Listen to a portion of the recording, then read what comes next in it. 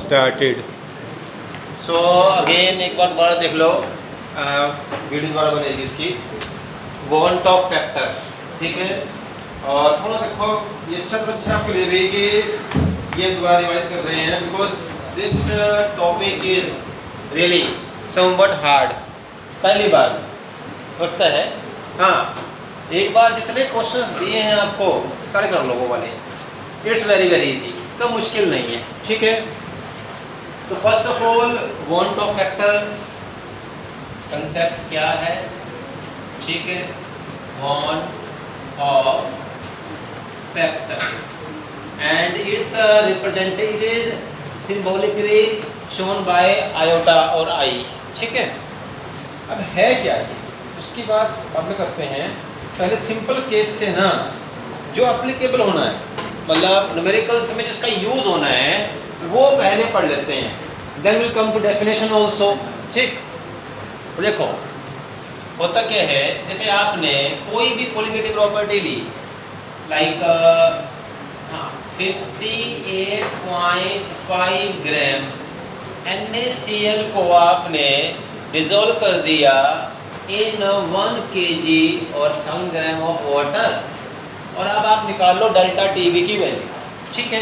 कितनी आएगी, तो बड़ा आराम से आएगी, delta TV is equal to, जो आपको आता है अभी सिंपली, केवी इनटू मोलैलिटी, ठीक। डेल्टा टीवी क्या है, इट इज केवी की मान लो वैल्यू है 1.86। अब मोलैलिटी क्या है, number of mole of solute, तो ये है given mass 58.5, the molar mass is also 58.5, NaCl का मोलर मास भी 58.5 होता है, divide by the mass of solvent that is 1000 ग्राम, तो ऊपर के थोड़ा जाएगा, कट। आपके पास डेल्टा टीवी की वैल्यू आ रही है 1.86, लेकिन अगर आप लैब में गए, जो हमने अभी किया है ये है बाय कैलकुलेशन, और आप लैब में गए, जो वैल्यू वहां मिलेगी that is called as by observation. देखो लैब का मतलब होता है ऑब्जर्वेशन, वहां आप कैलकुलेट नहीं करते हो, you never use the formula there, वहां देखते हो हाँ भाई बॉइलिंग पॉइंट इतना आ रहा है, you never use any formula, बस रीडिंग निकालते हो, रीडिंग इतनी आई हुई है। अब यहाँ पे आपको देखना पड़ेगा कि जब आप जाओगे, इसको लॉक कर देते हैं, हाँ, जब जाओगे लैब में ना, आपको डेल्टा टीवी की वैल्यू 1.86 नहीं मिलेगी। अच्छा यहाँ बच्चे गलती करेंगे, डेल्टा टीवी नहीं आएगा, क्या मिलेगा आपको, जो बॉइलिंग पॉइंट इतना आएगा आपका 100 1.86 मीन्स ये बड़ा है इतना, the boiling point of water is 100, but आप जाओगे लैब में तो मिलना चाहिए था 101.86, पर नहीं मिलेगा, नहीं मिलने वाला। डिफरेंस आएगा जो वैल्यू आपको मिलनी है बाय प्रैक्टिकल और जो आपने निकाली है बाय कैलकुलेशन। क्यों आएगा डिफरेंस, पहले समझ लो। देखो उसका रीजन ये है, हम पढ़ चुके थे, कोई भी कोलिगेटिव प्रॉपर्टी हो, कोलिगेटिव प्रॉपर्टी किस पे डिपेंड करती है, number of particles, not on the nature. Means अगर एक NaCl जितना बढ़ाएगा बॉइलिंग पॉइंट, उतना ही एक Na भी बढ़ाएगा, उतना ही एक Cl भी बढ़ाएगा। ध्यान देना है, NaCl के बराबर ही काम करेगा एक Na भी और एक Cl भी, कोई डिफरेंस नहीं आ रहा है। क्यों, क्योंकि वो डिपेंड कर रहा है नंबर पे। अगर NaCl 1 है ये 1 ही काउंट होगा, बट टूट गया Na में और Cl में तो एक Na और एक Cl काउंट होंगे। इस वजह से जहां पर आपके पास आएंगे इलेक्ट्रोलाइट्स, जैसे ये रहे NaCl, KCl, MgCl2, BaCl2, ठीक है, ये मेन है हमारे पास। NaOH भी चलो आ जाएगा इसके अंदर, AlCl3 भी आ जाता है, ये वाले। यूजुअली यही आएंगे, मैक्सिमम ये आएंगे आपके पास। ये सब क्या हैं? इलेक्ट्रोलाइट्स। और इलेक्ट्रोलाइट्स पता है आपको क्या होते हैं? इलेक्ट्रोलाइट्स वो होते हैं जो आयोन्स में टूटते हैं। अब पता क्या होते हैं?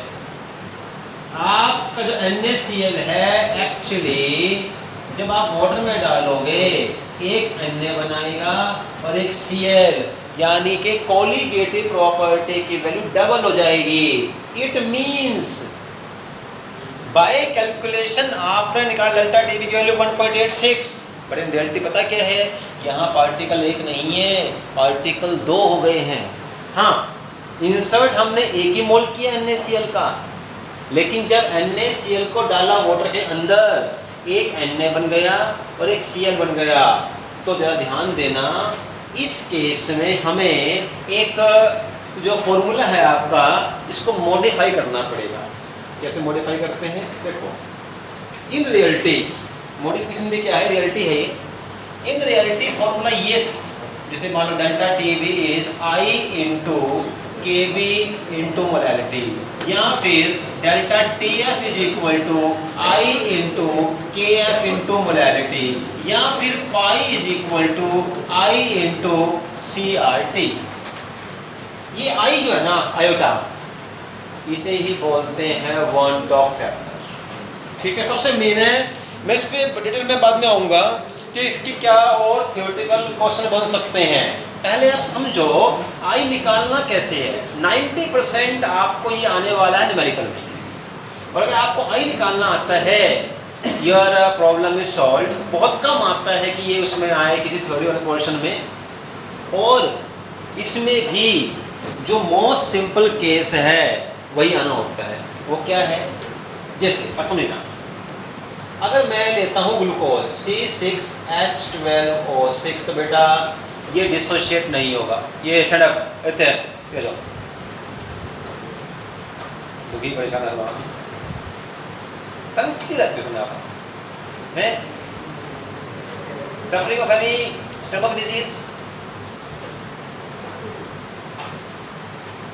अब देखो, अगर आपने इसके 10 मोल लिए, 10 मोल 10, तो बेटा ये वाटर में जाकर के 10 मोल ही बनेंगे, कोई इंक्रीज डिक्रीज नहीं आएगा।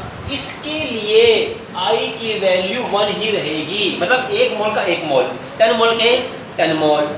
आपने लिए 5 मोल ही रहेंगे। लेकिन अगर मैंने ले लिया NaCl, ध्यान देना, Na positive plus Cl negative. अब समझना बात यहाँ पे, मान लो मैंने इसके लिए 10 मोल शुरुआत में, अभी रिएक्शन स्टार्ट नहीं हुई, 10 मोल लिए, इसके 0 मोल, इसके 0 मोल, क्योंकि अभी रिएक्शन स्टार्ट नहीं हुई।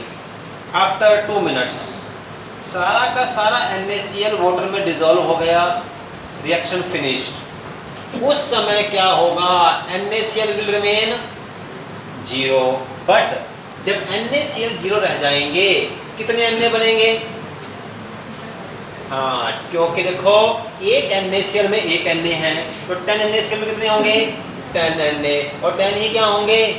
Cl। और सुनो कैसे निकालते हैं I का मतलब है कितने पार्टिकल आपके लास्ट में रह गए। देखो ये 0 है, लेकिन 10 Na है और 10 ही Cl है, कितने रह गए कुल मिला करके?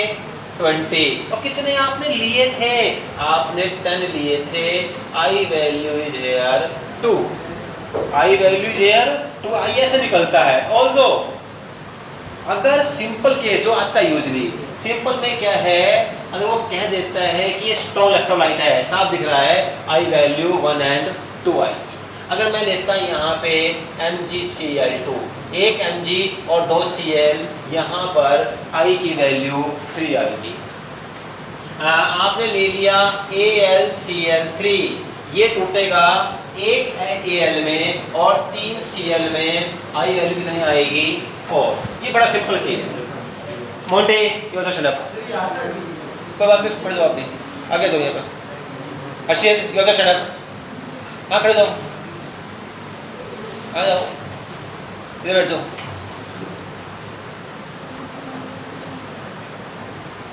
योर हो, यहाँ जाओ फर्स्ट बेंच पर जाओ।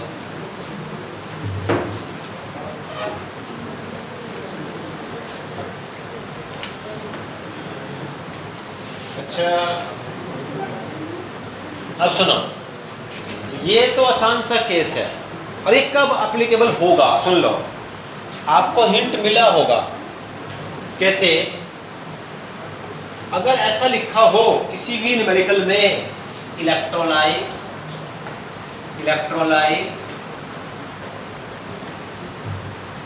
सॉल्ट डिसोसिएशन, तो समझ लेना उस केस में आपको आई की वैल्यू पुट करनी है। और अभी तारों में आपको सिंपली आपने याद देख लेना है formula, NaCl 1+1 I value 2 put करता हूँ। अब आप कहोगे आपने कहा फॉर्मूला आई, ये आई की वैल्यू ग्लूकोज के लिए 1 ही रहने वाली थी।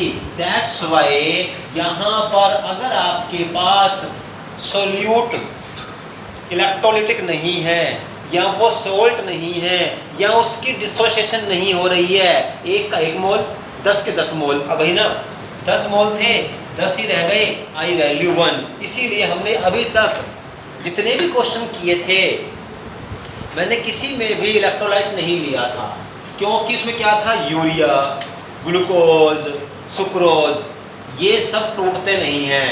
दैट्स वाई आई की वैल्यू 1 थी, चाहो तो आई लिख दो, और 1 लिखोगे तब भी रिजल्ट में कोई फर्क नहीं पड़ेगा। इन फैक्ट ये कंप्लीट फॉर्मूला है, लेकिन आप आई को इग्नोर कर सकते हो अगर आपके पास कैसा सॉल्यूट है, नॉन इलेक्ट्रोलाइट, जो टूटता नहीं है। ग्लूकोज हो गया, सुक्रोज हो गया, यूरिया हो गया, ये टूटते नहीं हैं, एक का 1 मोल ही रहता है इसका, ठीक है। तो ये तो एक सबसे सिंपल केस। लेकिन अगर आपका जो सोल्ट है, यहाँ ध्यान देना, इस वाले में थोड़ी दिक्कत आएगी आपको।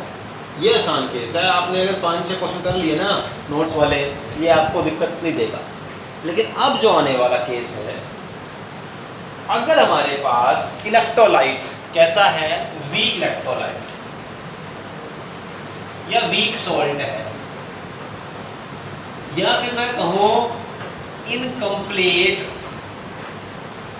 डिसोसिएशन हो रही है, लिखा होता है ऐसा, इनकम्प्लीट डिसोसिएशन, तो बेटा उस केस में थोड़ी सी आपको ब्रेन की एक्सरसाइज करनी पड़ेगी, यूज करना पड़ेगा ब्रेन का। क्यों? क्योंकि वहां पे उसने कहा है कि सोल्ट कंप्लीटली नहीं टूट रहा है। जैसे मैं एग्जांपल देता हूँ, बेस्ट एग्जांपल, ये काफ़ी बार आता है, and we have done it in +1 also equilibrium, acetic acid, it is a weak acid, very well known weak acid.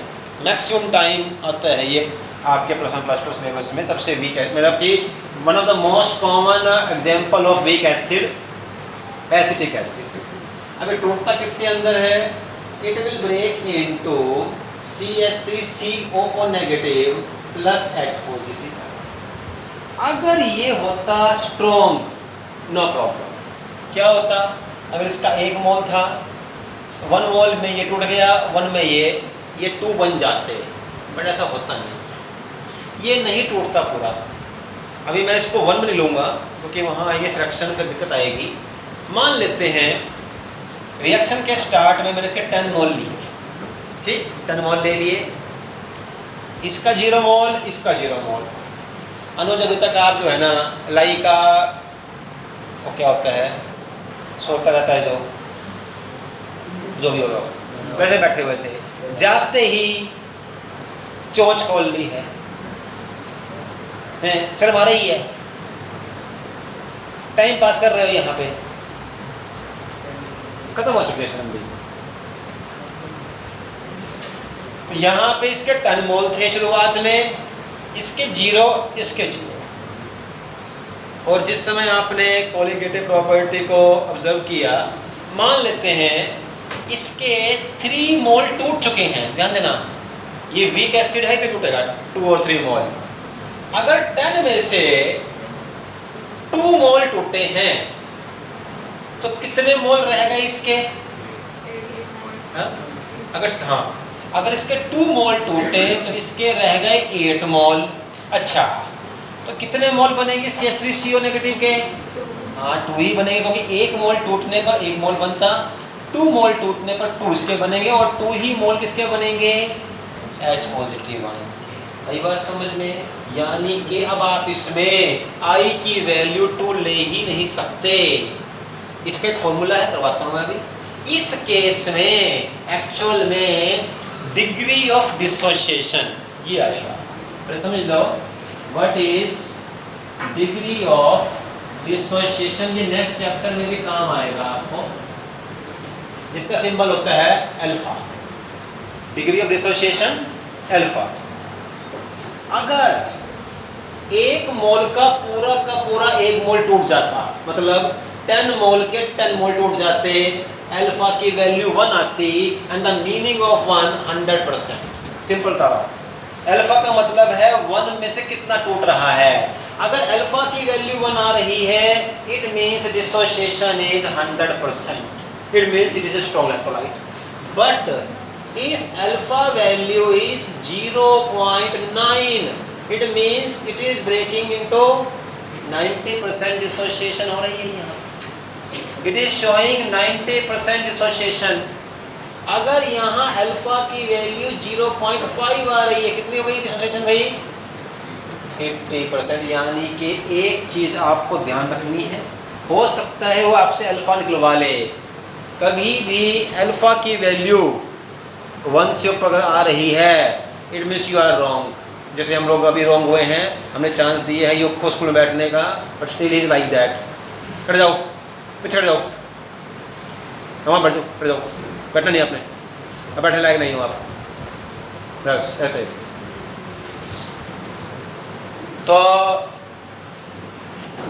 Alpha की वैल्यू अगर निकालनी आ जाए, it can not be more than 1। The reason being 1 का मतलब है टूट चुका है 100%, इससे पर पॉसिबल ही नहीं है। 1 में से 1, 2 में 2, 5 में 5। ठीक, अब सुनो क्या फॉर्मूला है और कैसे यूज करना है। फॉर्मूला बड़ा आसान है, चाहो तो आप याद कर लो, बट एक बार अंडरस्टैंड कर लो कैसे डिराइव हुआ है, थोड़ा सा इजी रहेगा याद करने में। जैसे मैं भी सिंपल एग्जांपल लेता हूँ, ABH। ठीक, AB लाइक NaCl, CH3COH, जिसमें एक A टूट रहा है, एक B टूट रहा है। It will break into A positive and B negative. अब सपोज करना मैंने इसका 1 मोल लिया, इसके 0 मोल, इसके 0 मोल, और सपोज करना है इसमें से कुछ टूट गए हैं, पूरा नहीं टूटा। आई डोंट नो कितने टूटा है, 1%, 2%, I don't know, because we are now deriving the formula. Alpha degree of dissociation alpha कितनी है? अगर यहाँ से अल्फा टूट रहे हैं तो कितना बनेगा? ये भी अल्फा, ये भी कितना बनेगा? अल्फा। और अब सुन लो इसका यूज करके कैसे निकालना है आपने bond of factor. Bond of factor का मतलब आई, इसका मतलब होता है जब आपकी वो रिएक्शन कंप्लीट हो चुकी है, मतलब कितना टूटना है तो टूट चुका है, कितने पार्टिकल बच गए हैं रिएक्टेंट के? वो बचे हैं 1 माइनस अल्फा। और कितने बन चुके हैं प्रोडक्ट के? एक बन चुका है प्रोडक्ट ये वाला, और एक बन चुका है ये वाला, बस वही आई है। मीन्स मैं सिंपल ऐसे बुक में लिखा नहीं होगा, बता रहा हूँ आपको। आई का मतलब हो गया है रिमेनिंग रिएक्टेंट। अगर है तो कोई जरूरी नहीं हो, अगर ये हुआ 100% ये 0 ही आएगा, बट यहाँ तो नहीं है। Remaining reactant plus formed product. ये मैं कह रहा हूँ आपको बेटा, ये बुक में कहीं नहीं है, बस एक समझने के लिए है कि कितना रिएक्टेंट बच चुका है आफ्टर द रिएक्शन और कितना बन चुका है प्रोडक्ट। उन्हें प्लस कर दो, आपके पास आई की वैल्यू आ जाएगी। बेटा ये है हमारे पास रिमेनिंग रिएक्टेंट और ये दोनों है हमारे पास प्रोडक्ट। अल्फा से अल्फा कट गया, I value is 1 plus alpha. अभी जरा ध्यान देना देखो, लेकिन कोई ज़रूरी नहीं है कि फॉर्मूला हर बार ए बी आए। हाँ, इतना जरूर है, अगर न्यूमेरिकल आया वेरी हाई चांसेस कि ए बी आए, बट स्टिल अगर फॉर्मूला आता है A B two, like example के लिए MgCl2 CaCl2 कर दिया मैंने, हाँ ये आ गया CaCl2, इसका फॉर्मूला क्या रहेगा, लाइक NaCl, एक Na एक Cl, बट यहाँ ये A आ गया, B दो Cl2 और कुछ भी आ गया इस तरीके से। इस केस में क्या रहेगा, एक बनेगा A पॉजिटिव और दो बनेंगे B नेगेटिव। इसका 1 मोल था, इसके 0 मोल, इसके 0 मोल।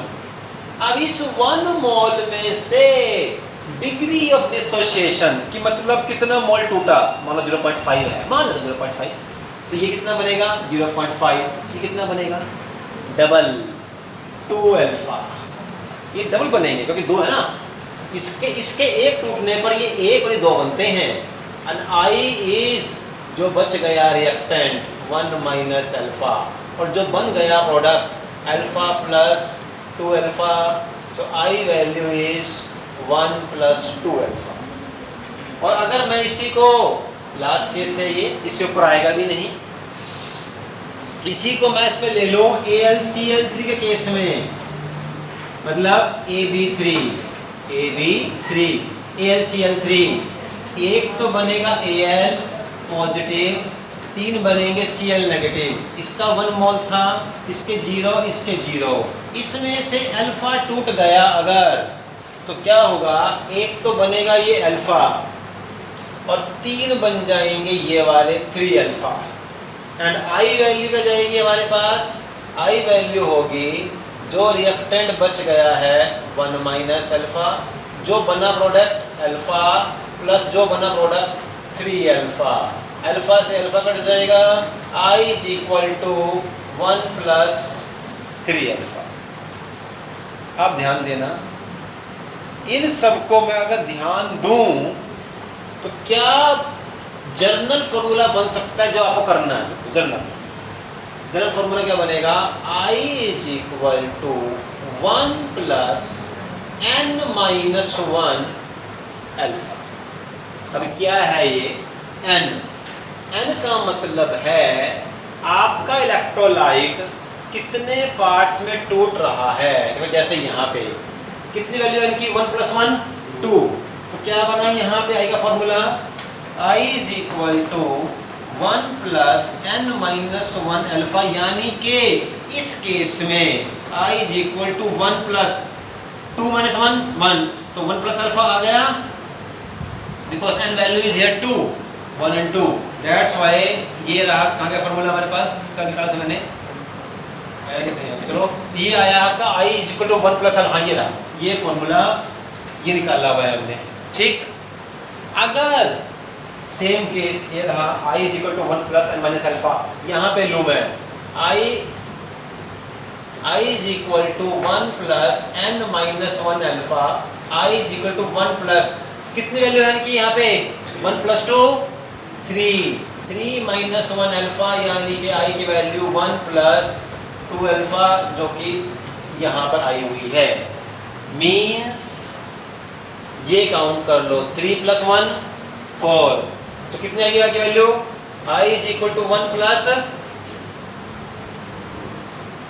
3 अल्फा, 3 प्लस 1 एक कम करता हूँ, एक कम करके उतने अल्फा लगाता हूँ, 1 प्लस उतने अल्फा जो n की वैल्यू है उससे एक कम। जब बताना मुझे इसको करें अगर तो Na2SO4 के लिए I का फॉर्मूला क्या जाएगा, 1 प्लस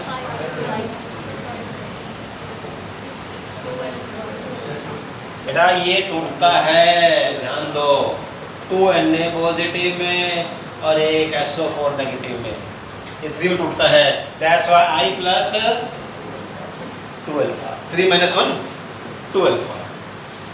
ठीक है, नाउ इट्स क्लियर कि कैसे बना फॉर्मूला, अप्लाई करना सिखाएंगे, उसकी बात छोड़ दो। अब क्योंकि पिछली बार हम कर रहे थे कुछ क्वेश्चन और पहला ही क्वेश्चन उसमें आ गया था एसोसिएशन वाला, तो मैं आगे बढ़ूं उससे पहले ना, ये तो हो गई आपकी डिसोसिएशन, एक होती है एसोसिएशन, उल्टा होता है उसमें, पार्टिकल जुड़ जाते हैं, मतलब दो पार्टिकल से एक बन रहा है, यानी कि पार्टिकल कम हो रहे हैं, और इस केस में कोलिगेटिव प्रॉपर्टी की वैल्यू बढ़ने की बजाय क्या जाती है, कम जाती है, और आई की वैल्यू हमेशा इसमें लेस देन 1 आती है। ध्यान देना है, इफ आई वैल्यू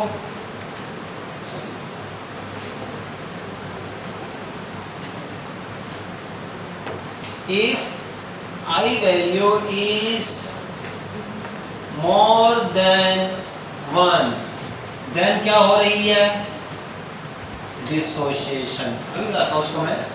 अगर I की वैल्यू 1.1, 1.2, 1.5 में भी 3 पॉसिबल होती है।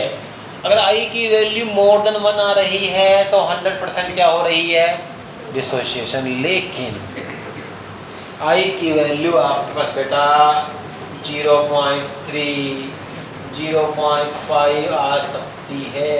वो कब आती है, ध्यान देना, ये क्वेश्चन जब भी आता है 70% बच्चे कर ही नहीं पाते।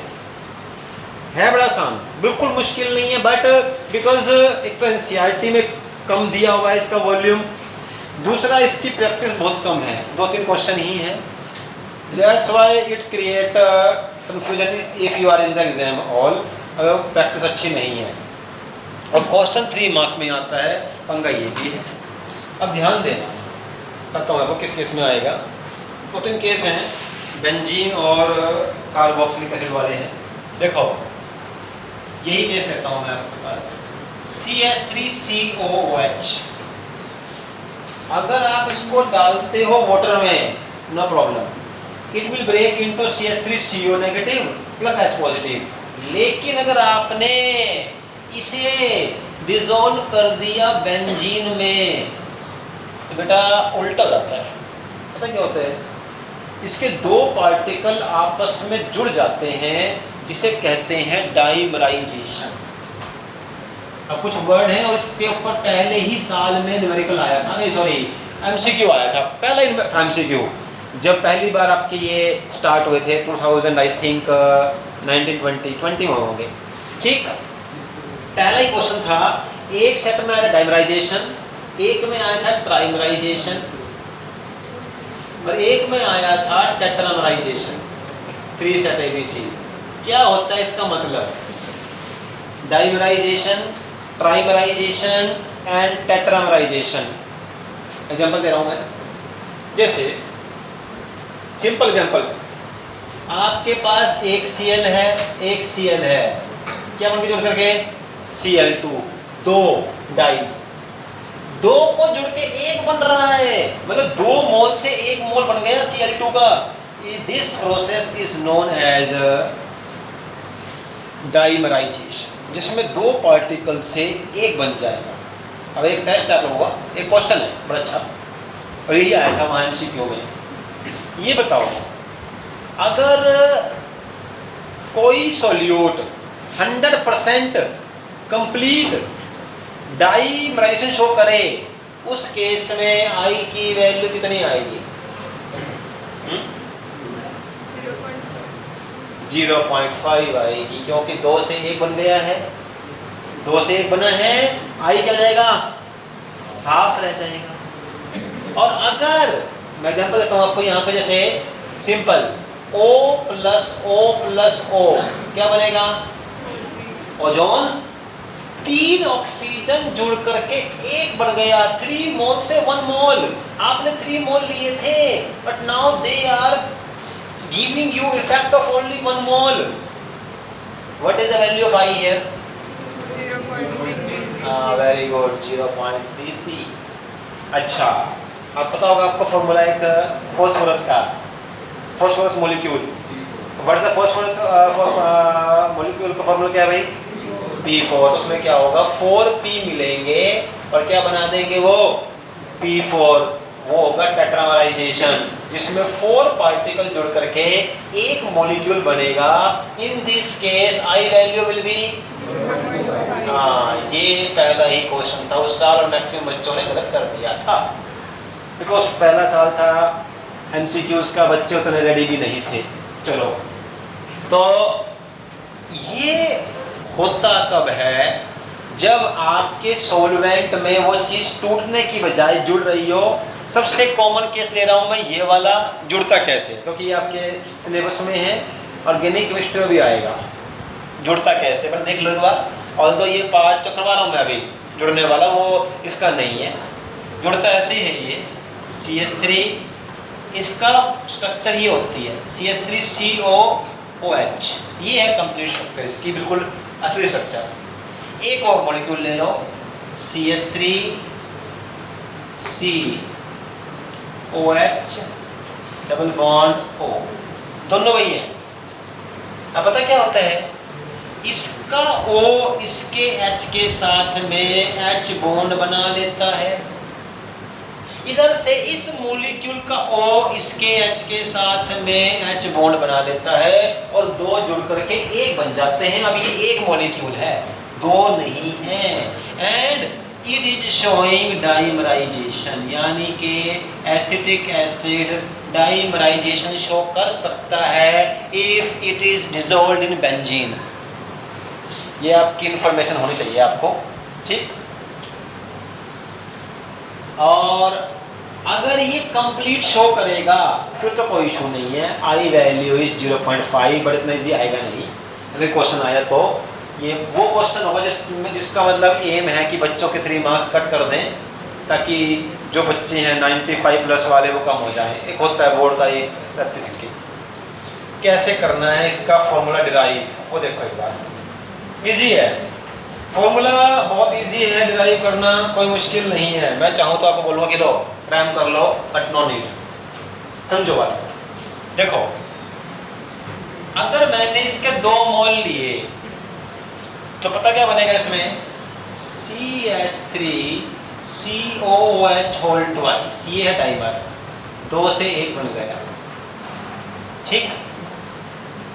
Now find its formula, means for association. मैं बात कर रहा हूं यहां पे degree of association, degree of association, जहां पर पार्टिकल जुड़ेंगे, जहां आई की वैल्यू लेस देन 1 आएगी। देखा ना हमने 0.5, 0.3, 0.25, ऑलवेज लेस देन 1।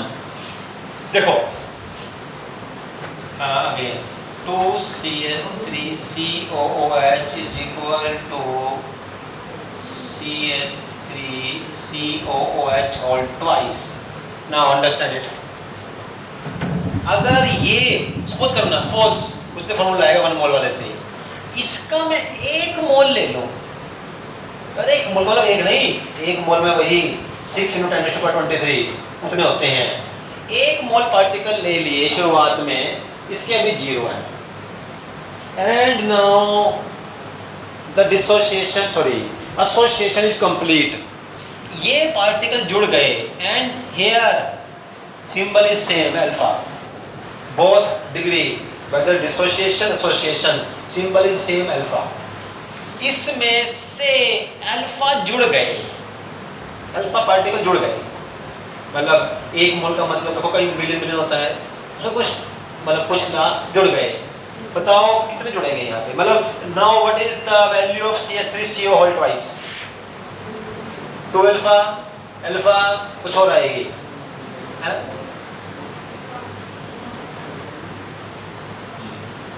बेटा यहाँ आएगा अल्फा बाय 2, क्योंकि जब 2 जुड़ेंगे तो ये 1 बनेगा। अगर यहाँ अल्फा जुड़े हैं तो उसका हाफ ही बनेगा। बस समझ नहीं आई? नहीं आई? अरे देखो भाई,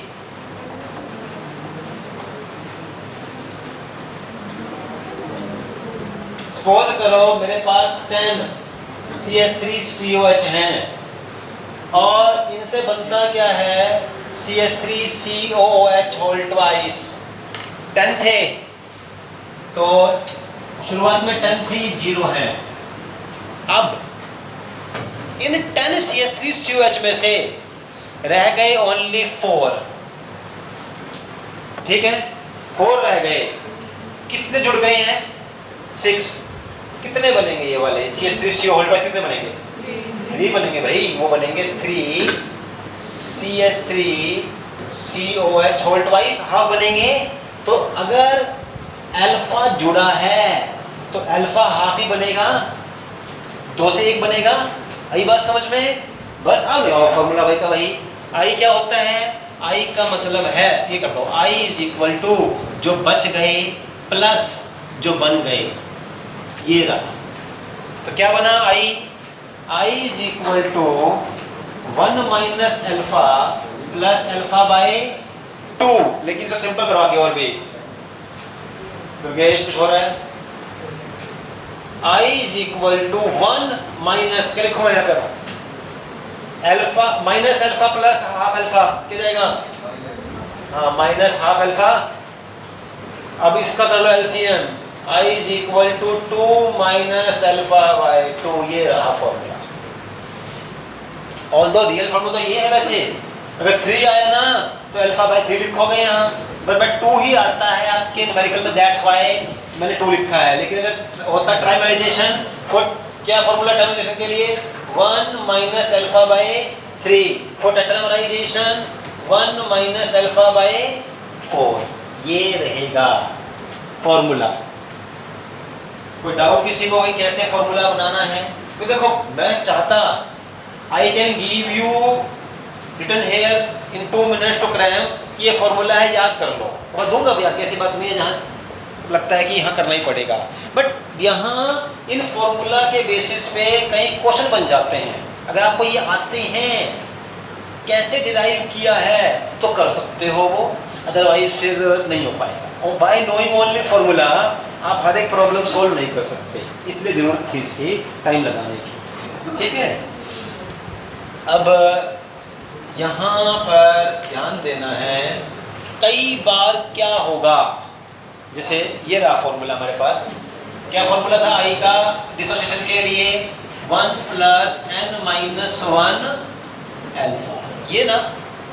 and highly possible, more than 75% chances the question might be from a dissociation portion. That's why मैं ले रहा हूँ I is equal to 1 plus n minus 1 alpha। ठीक, क्या होगा? कई बार आपको अल्फा दिया होगा, होगा कि डिग्री ऑफ डिसोसिएशन इतनी है, find out the value of i. कई बार आपको आई दिया होगा, you have to find the value of alpha. और कई बार मैं वहीं पे आने वाला हूँ जहाँ मुझे आना था सबसे पहले, पर मैं यहाँ लास्ट में आ रहा हूँ, नोट्स में पहले ही है वो। कभी कभी आपको ना तो आई दिया होगा और ना ही अल्फा, और दोनों पूछ लेंगे। आई भी नहीं दिया, अल्फा भी नहीं दिया, और दोनों पूछ लिए कि what is the value of want Hoff factor and what is the degree of dissociation. अब दोनों ही नहीं दे रखे हैं तो कैसे निकालोगे? तो आ जाओ बेटा, वॉन्ट ऑफ फैक्टर के पहले डेफिनेशन, तो उसी से बनेगी बात। ये नोट्स में, ऑल दो नोट्स क्या कहीं जाओगे किसी बुक में भी ये फ्रंट पेज पे ही आएगा, बट मैं इस पर अब आ रहा हूँ क्योंकि मुझे लगता है थोड़ा समझना आसान था इस तरीके से। वॉन्ट ऑफ फैक्टर की डेफिनेशन पे आ जाओ। I is equal to, I told you last time, IOC। क्या मतलब था उसका? इंडियन ऑयल कॉर्पोरेशन नहीं है।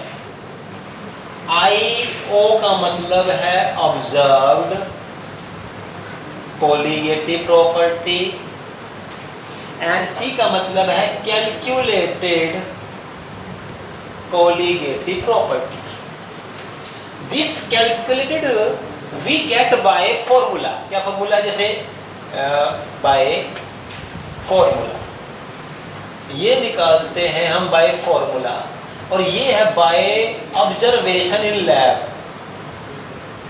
ऑब्जर्वेशन इन लैब, जैसे आपके पास delta TB is equal to KB into molality, ये बाय कैलकुलेशन है। आई मत करना, इसमें आई निकालना है हमें, don't put the value of I hear because we don't know. ये बाय कैलकुलेशन है। जैसे delta T F is equal to K F into molality, जैसे कि pi is equal to C R T. अगर ये पुट किया है आपके पास आ गया बाय कैलकुलेशन, लेकिन आप गए लैब के अंदर, वहाँ नोटिस कुछ और हुआ। जैसे मैं एग्जाम्पल देता हूँ आपको, वो क्या कहेगा, लाइक इतने ग्राम सोल्ट को, इतने ग्राम सोल्ट था और उसको तो इतने ग्राम सोल्ट है और लाइक आपके पास डेल्टा टीवी की वैल्यू आ रही है यहाँ पर 4 डिग्री सेल्सियस। ठीक, वो कह रहा है कि इतने ग्राम सोल्ट को इतने ग्राम वाटर में ऐड किया और एलिवेशन बॉइलिंग पॉइंट इज अब is 0.4 degree Celsius is observed, वो ऑब्जर्व है। बताओ आई की वैल्यू क्या है? तो क्या होगा इसमें आई, ये तो क्या है ऑब्जर्व्ड। अब आप निकाल लोगे वो वैल्यू पुट करके, इतने ग्राम सोल्ट है इतने ग्राम वाटर है, वो केबी इंटू मोलालिटी से। अगर वो वैल्यू 2 आ रही है तो वैल्यू कितनी आ जाएगी आपके पास? आई की वैल्यू कितनी आ जाएगी? 2। मीन्स ये तो आप पुट करोगे फ्रॉम द स्टेटमेंट्स, कितने ग्राम सोल्यूट है, कितने ग्राम सॉल्वेंट है, केबी की वैल्यू क्या है, वो पुट कर दिया और वो कह जो हो गया है वो होता है ऑब्जर्व्ड। तो ऑब्जर्व बाय कैलकुलेशन आई क्या आ गया यहाँ पे 2, और एक बार आपको आई मिल गया, now no problem, now you can find degree of dissociation, क्या नहीं? Now you can find degree of dissociation. जैसे मैं आ रहा हूँ थोड़ा से आपकी प्रैक्टिस के ऊपर, जिससे आपको थोड़ा सा लगेगा कि हाँ करना कैसे है। देखो ये रहा, पहले तो want of factor, the ratio of observed colligative property to calculated colligative property is known as want of factor, I is OC, IOC observed and ये रहा। लेकिन इसी में एक चीज है जो नीचे आएगी, मैं पहले कर देता हूँ, एक एग्जांपल और आ सकता है, वो ये मान लो मेरे पास NaOH है। What is the molar mass of NaOH? 40 होता है। NaOH का जो मोलर मास है ये होता है 40 ग्राम पर मोल। ठीक, लेकिन हुआ क्या, वो कह देगा इतने ग्राम NaOH था, हमने इसको इतने ग्राम वाटर में डिसॉल्व किया और जो है ना find out the molar mass of NaOH, और डेल्टा टी भी दिया होगा आपको। अब आपको निकालना क्यों है? निकालना पड़ेगा आपको क्योंकि 40 नहीं आएगा। मे बी इसकी वैल्यू आ रही हो 80 ग्राम पर मोल, 40 नहीं 80 ग्राम पर मोल आ रही हो, वो क्यों आएगी? तो इसको बोलते हैं हम एबनॉर्मल मोलिकुलर मास। ये भी करना है हमें। देखो ऑब्जर्व्ड, ये I इज OC, उल्टा कर दो, calculated molar mass divide by observed molar mass. ठीक, what is calculated by formula? कितना है बाय फॉर्मूला? 40। कितना ऑब्जर्व हुआ है? अगर ऐसा हो, वैसे होगा नहीं, ये थोड़ा उल्टा ले लिया है, ये गलत बोल दिया मैंने, यहाँ से 20 ले लो। ठीक, 20 ले लो, 80 लोगों तो हो जाएगी एसोसिएशन, जो कि उसमें होती नहीं है। यहाँ पे ऑब्जर्व्ड आ रहा है आपका 20, तो I value is here 2, means देखो बाय कैलकुलेशन कितनी आ रही है आपके पास 40, वैसे कितना था यहाँ पे 20, आई की कितनी वैल्यू आ गई 2। अब ये क्यों है, ऐसा क्यों है? देखो बात समझना बात को। आई की value observed colligative property divide by calculated colligative property is also, उल्टा कर दो, मोलर मास। आई थिंक हमने एक क्वेश्चन किया भी था जब हम कोलिगेटिव प्रॉपर्टी को समझ रहे थे। अगर हमारे पास मान लेते हैं लास्ट एग्जाम्पल हमने ग्लूकोज का, हमारे पास ग्लूकोज है, ठीक है, C6H12O6 180 ग्राम, और हमारे पास सुक्रोज है C12H22O11, ये भी 180 ग्राम है। क्या दोनों के लिए कोलिगेटिव प्रॉपर्टी की वैल्यू सेम आएगी? नहीं आएगी। क्यों? O11, very good. तो क्या दोनों के लिए वैल्यू सेम आएगी कोलिगेटिव प्रॉपर्टी की? नहीं, अलग अलग आएगी। क्यों? क्योंकि नंबर ऑफ मोल अलग अलग आएंगे। देखो इसमें नंबर ऑफ मोल क्या आएंगे? Given mass divide by molar mass. यहाँ n की वैल्यू 1 आ रही है, 1 मोल है, बट यहाँ कितना n आएगा? 180 divide by the molar mass of sucrose is 342। ये अप्रोक्सीमेटली 0.6 मान लेता हूँ मैं, 0.6 के आसपास होगा। मीन्स इसके 180 ग्राम में इसका 1 मोल आ रहा है, लेकिन इसके 180 ग्राम में इसका क्या आ रहा है? 1 मोल से कम आ रहा है।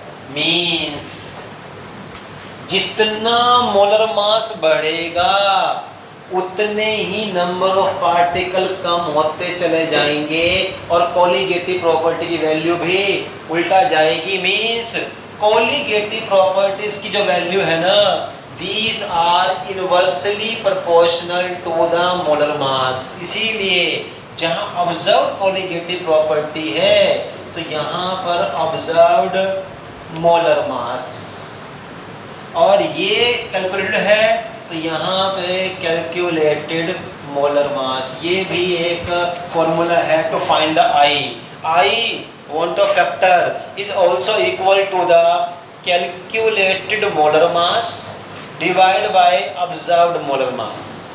ठीक है, तो ध्यान रखना इस बात का। और इसी को बोलते हैं हम, एक लास्ट टॉपिक है इसका, abnormal molar mass. What is the meaning of, ये क्वेश्चन आ चुका है PYQ में।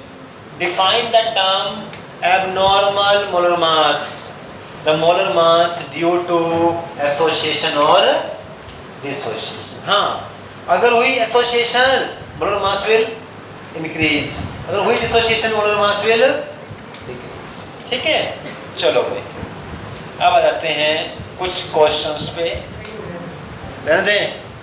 चलो कोई बात नहीं, नेक्स्ट वीडियो में इसके न्यूमेरिकल्स कर देते हैं।